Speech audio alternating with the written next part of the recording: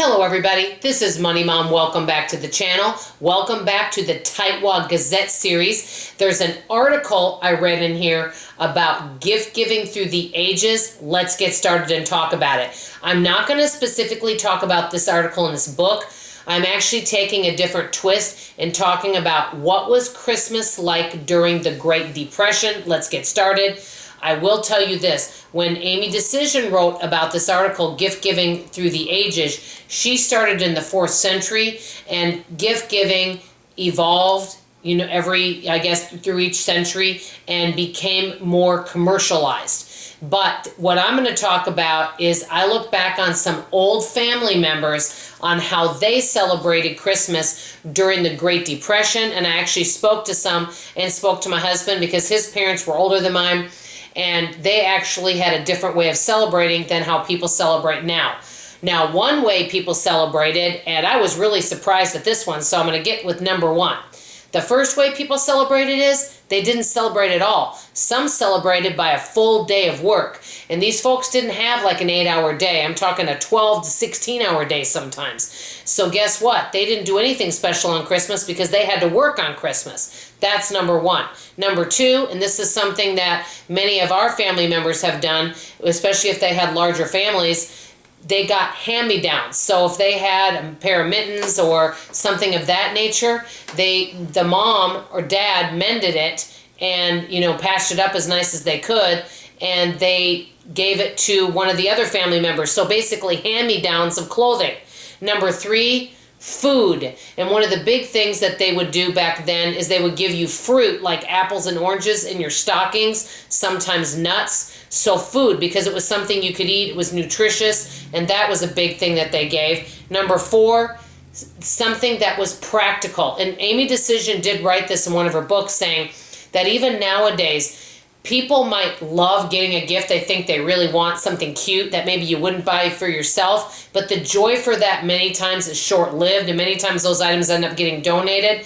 But the joy is longer lasting if we're given a practical gift that's really useful. Think right now of any gift that you were given, of something that you use maybe even every day that's practical and you are really grateful to have it. Maybe it's not an exciting gift, maybe it was a new coffee maker, just anything that you use all the time that was a practical gift.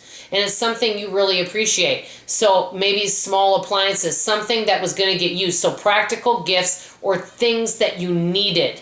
That's why many times people receive clothing, maybe even if it was used, because it was something you needed. Also, stocking, I mentioned this. Sometimes you might get a little treat with some candy in it. They would put like fruit or nuts or little things like that, maybe even gum. Those might be a little treat that you get once a year, but it was something that was low cost.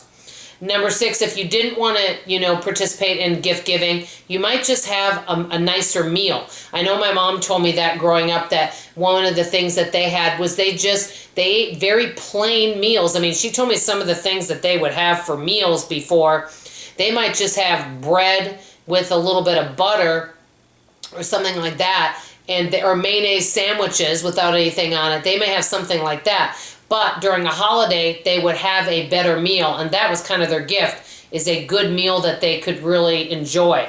And last but not least, homemade gifts. My husband told me that his father would make things out of wood, like he made a dollhouse out of wood, which I thought was really neat. So a lot more homemade gifts with more thought, and repurposing items and making things. So seeing what you have at home and making do. These are some of the things. Now, some people did enjoy a gift, maybe a cloth doll, things like that, but it was done on a much smaller level.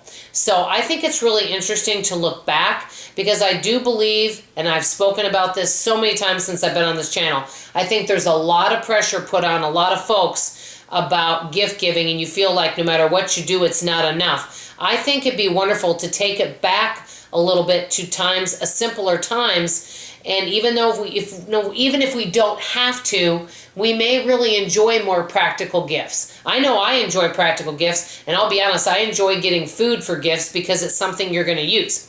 So let me know what you guys think. If any of you have family members that celebrated Christmas during the Depression or the Great Depression, how did they celebrate and what kind of gifts did they give, if any gifts? I'd like to hear from you.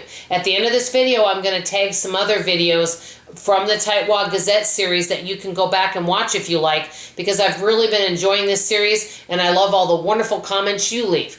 That's all for now. This is Money Mom signing off, and as always, I love you. Bye-bye.